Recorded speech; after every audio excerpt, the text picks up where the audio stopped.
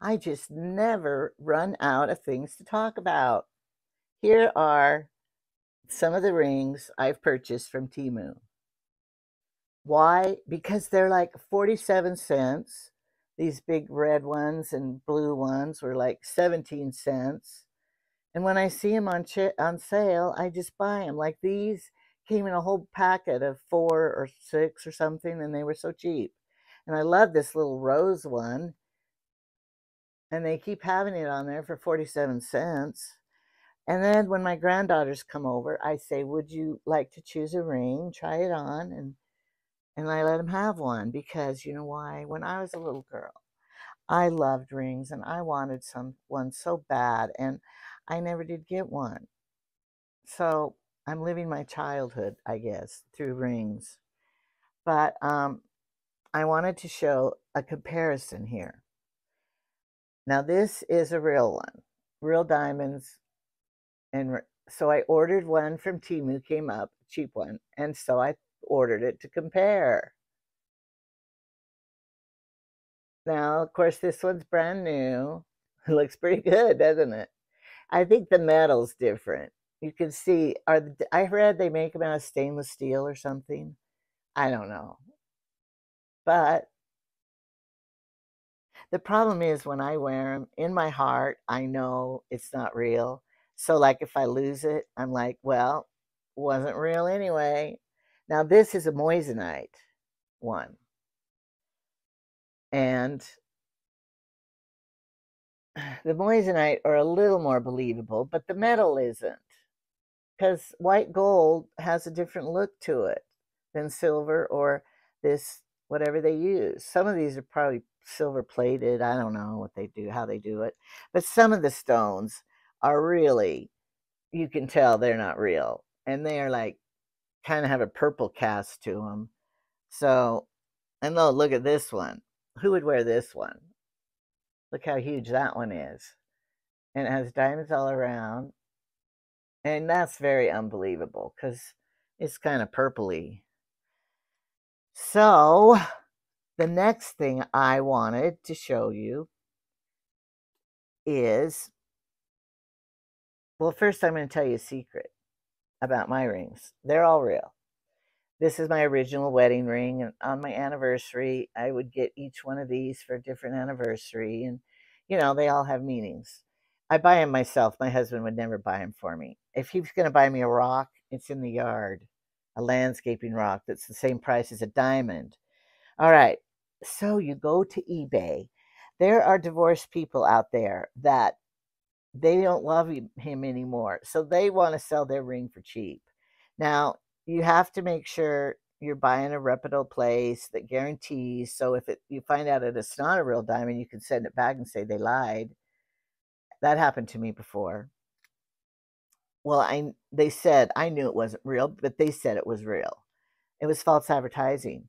So then when I told them about eBay, I said, this is not real a diamond like it says.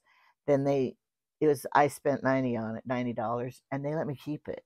And then they gave me my money back. But I wouldn't recommend, I wasn't ever doing it to do that. Look at this one. It's real purpley. See how you can, and besides, if that was a real diamond, it would be $30,000 or something. So your husband works at the mill. I know that ring is not real. Okay, so you go on eBay. I was going to show you. These 2 rings I got off eBay. This one, it was a real expensive one. It has a lot of gold. And I found the original company sold it. And it's an eternity ring, so it's all the way around. $350 from eBay. And it was appraised at like 13,000. Who would buy that? That's just, I don't believe it. But anyway, then this one, eBay, and I paid like $650 for it. And it's real. And I don't know if it's a 2 or 3 carat altogether. But go on eBay if you want real diamonds. And I had to bid for quite a while. And I lost some that I wanted, some big ones. I wanted at least a 2 carat because I'm old. And but I did buy littler ones that were not. This one, pinky one, was just like less than 200, and it's real diamonds. So go on eBay if you want a real diamond sale and just keep at it and be careful. But we got to measure from all these places when we're buying from online. And they'll say the millimeter. I never knew what millimeters, centimeters, and all that stuff was. So from Temu, I bought one of these, and it clamps down. I don't know if it's real because it's on a keychain, but I bought this little tiny ruler from Temu. It's a triangle thing, and it has the little centimeters here.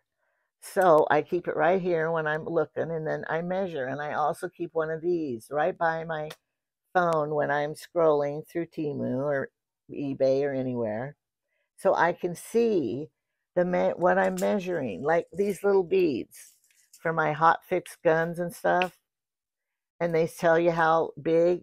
It means nothing to me. So this is going to come in. It's so handy. And you just measure it and then screw it down, and it says 6 millimeter, centimeter, whatever. So when I ordered my glasses, and they tell you, the centimeter, millimeters, you need these measurements from other countries, Europeans kind. Is it European? British? The British, when they came over, we decided to do something different. I don't know my history. I'm just talking. So I love rings. I just don't. I try to wear as many as I can, but I don't have enough fingers. I'm not piercing my nose. I hate that nose piercing one. It reminds me, because, we live on a ranch and they do that to bulls that are mean bulls and guide them around. Whenever I see a girl that has a ring in her nose right here, I'm thinking, you want to be a bull that they tie a string around and rope around, and they use chains and pull you around? Get that out of your nose. And we all have to pick our nose sometimes. My granddaughter had fingernails this long. I mean, fake. And I'm like, but how do you pick your nose, honey? And she goes, I have to use a toothpick, Grandma. No, I mean, a Q-tip, not a toothpick, a Q-tip. And I'm like, okay, so we just need more toothpicks and I guess if you had a tough one, toothpicks and Q-tips to pick your nose now. But then you'd have to have a mirror, I would think. Oh, it would be a big process. I don't want those either. I don't want the long fingernails. I don't want weird piercings in my nose. Or, you know, I'm too old school, I guess. And my son, I'll tell you, here's a story. My two sons, when they were young, of course, this was in the 90s, 80s, it was in the 80s, they wanted to pierce their belly button. So they got out a safety pin.